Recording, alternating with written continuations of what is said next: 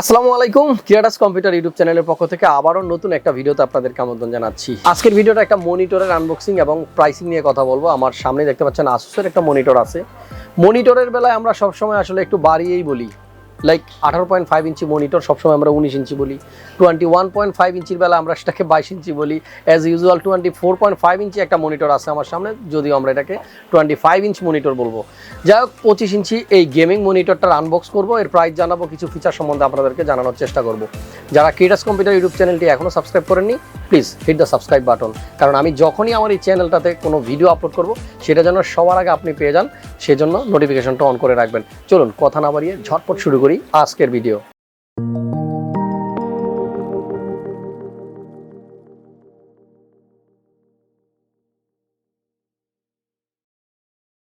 প্রথমে মডেল নাম্বারটা দিয়ে শুরু করি। এই মনিটরটার মডেল হচ্ছে VG258QR। যদিও এখানে কিউআর শব্দটা নাই, তবে এটার মডেলটা শেষে একটা কিউআর আছে। আমরা আনবক্স করবো এই মনিটরটা, আর খুলতে খুলতে আপনাদেরকে একটু বলতে চাই, বিশেষ করে এই করোনার পর থেকেই কিন্তু গেমিং মনিটর না, সব মনিটরের প্রাইসই কিন্তু অনেকটা বেড়ে গেছে। সো বাজারে এখন মনিটরের প্রাইসটা অনেক বেশি।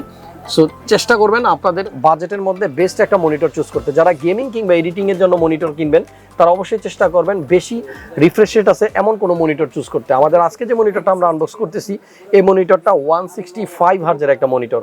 সো আশা করতেছি যারা গেমিং করবেন কিংবা এডিটিং করবেন তারা একটা বেটার পারফরমেন্স পাবেন। প্রথমে কিন্তু কিছু কেবল চোখে পড়বে। দুইটা কেবল দেখতে পাচ্ছেন আমার হাতে, এর ভিতরে একটা HDMI কেবল এবং একটা ডিসপ্লে কেবল। ডিপি কেবল যাদের মাদারবোর্ডে ডিপি পোর্ট থাকে তারা ইউজ করতে পারবেন, আর HDMI কেবল যাদেরটাতে HDMI পোর্ট আছে। যদি ডিপি থাকে তাহলে অবশ্যই ডিপিটা ইউজ করবেন, কারণ ডিপি কেবলের যে আউটপুটটা আছে সেটা কিন্তু আপনারা অনেক ভালো পাবেন, রেজুলেশনটা একটু বেটার পাবেন। দেন যে জিনিসটা দেখতে পাচ্ছেন, এটা হলো একটা অ্যাডাপ্টার, পাওয়ার অ্যাডাপ্টার। আমাদেরকে পাওয়ার কেবল দিয়েই এই মনিটরটাকে কানেক্ট করতে হবে, যদিও বর্তমানে আর আগের মতো পাওয়ার কেবল দিয়ে ডিরেক্ট কানেক্ট করার মতো মনিটর খুব একটা চোখে পড়ে না। এই হচ্ছে পাওয়ার কেবল। সো দুই ধরনের পাওয়ার কেবল আপনারা পাবেন, আপনার যেটা সুইটেবল মনে হবে। লাইক এই পিনগুলো আমাদের সবার বাসায় আসলে অ্যাভেলেবল থাকে না, সো আপনার কাছে যেটা সুইটেবল মনে হবে আপনি সেটা ইউজ করতে পারেন। দুইটা কেবল দেওয়া থাকবে, পাশাপাশি একটা অডিও কেবল দেওয়া থাকবে, কারণ এই মনিটরটাতে কিন্তু স্পিকার বিল্ট ইন আছে। আপনারা চাইলে কিন্তু মনিটরের স্পিকারটা দিয়েই নর্মাল কাজগুলো চালিয়ে নিতে পারবেন, সেজন্য একটা স্টেরিও কেবল দেওয়া আছে।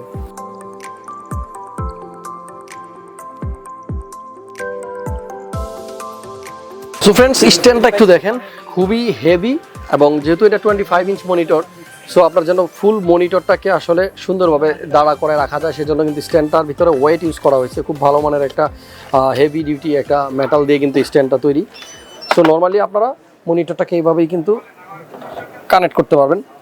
জাস্ট নিচের দিকে একটা স্ক্রু আছে, এটাকে আপনারা একটু টাইট দিয়ে দিলেই কিন্তু কাজ শেষ। এবার আপনার সুবিধা মতো যতটুকু উপরে কিংবা নিচে আপনি অ্যাডজাস্ট করে কিন্তু এই মনিটরটা ইউজ করতে পারবেন। ওভারঅল মনিটরটাকে সামনের দিক থেকে যদি একটু দেখি, খুবই চমৎকার আউটলুকিং, এবং আপনারা যে ভেজেল দেখতে পাচ্ছেন, দুই পাশের ভেজেল কিন্তু খুবই কম, উপরে এবং দুই সাইডে।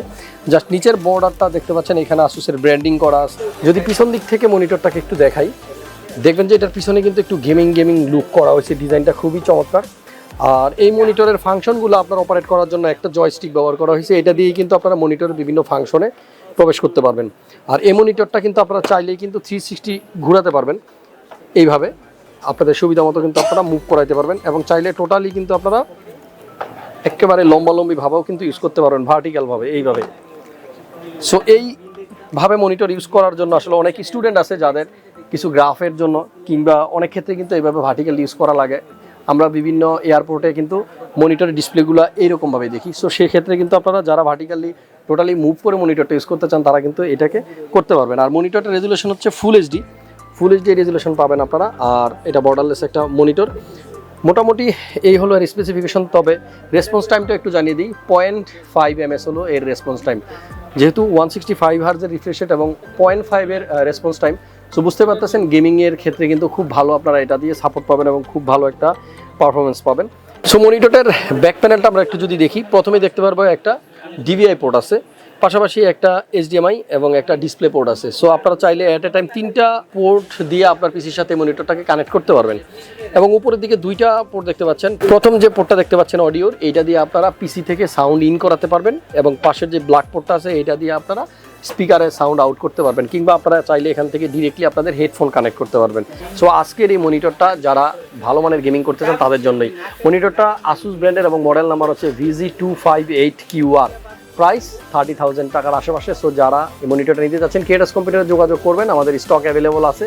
আপনারা অবশ্যই কিন্তু Creatusের ওয়েবসাইটটা এবং আমাদের যে চ্যানেলটা আছে এটা সাথে থাকবেন, আপডেট সব ইনফরমেশন কিন্তু আপনারা পেয়ে যাবেন। খুব শীঘ্রই আবার নতুন কোনো ভিডিও নিয়ে আপনাদের সামনে চলে আসবে। সে পর্যন্ত সবাই ভালো থাকুন, সুস্থ থাকুন আর দেখতে থাকুন Creatus কম্পিউটার ইউটিউব চ্যানেল। আল্লাহ হাফেজ।